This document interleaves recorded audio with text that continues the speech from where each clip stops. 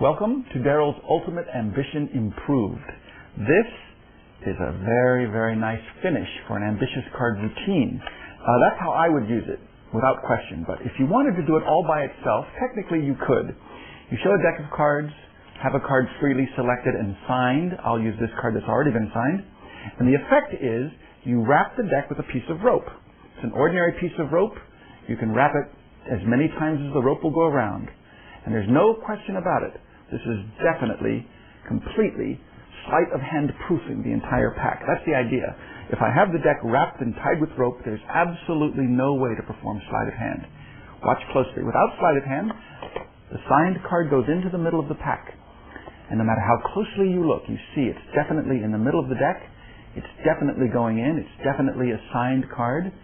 Watch closely. I do absolutely nothing. Just push it in all the way. There's no way I could cheat.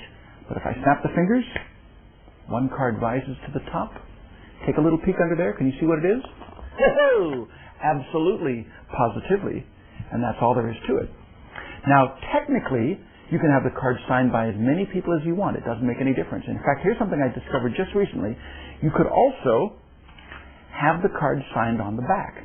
So it used to be a joke. I'd have 5 or 6 or 7 people sign the card on the front. And then as an afterthought, at the very end, I'd say, oh, how about you? Would you mind signing it on the back? And I'd indicate one end of the back. Now watch closely. With the deck still wrapped and tied like this, the signed selection still goes in the middle of the pack, about halfway down. No matter how closely you look, just like before, you see it's definitely in the middle. It definitely goes in. No question about it. I mean, this is as clean as you can be. It really goes in all the way. And just like before, I push it in. In fact, to prove there's no sleight of hand, I'm going to hold it by the rope. Watch closely. That was it. The card rises to the top. You can see the signature on the back. You know it's the same card. In fact, you can pull it up just a little bit, take a little peek. The audience can see it's signed on the back. It's signed on the front by as many people as you had sign it, and you can give it away as a souvenir.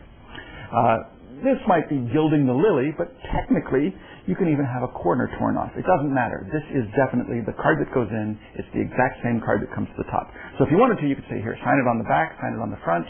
Here, tear off a corner. And let the spectator do this. No switch. The spectator tears off the corner, keeps it.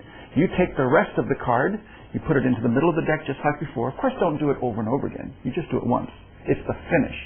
But decide which way you want to do it. Whether you want to do it at the end of the routine, or if you want to just do it all by itself. You take the card, signed card goes in the middle.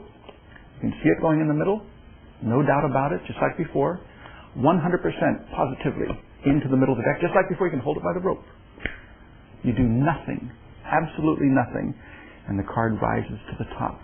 You can see part of the signature. If I pull it out a little bit, you can see the torn corner. The spectator could match it up. It matches 100%, of course, because that is the exact same card. And that's basically the effect, the barest effect of the Ultimate Ambition Improved.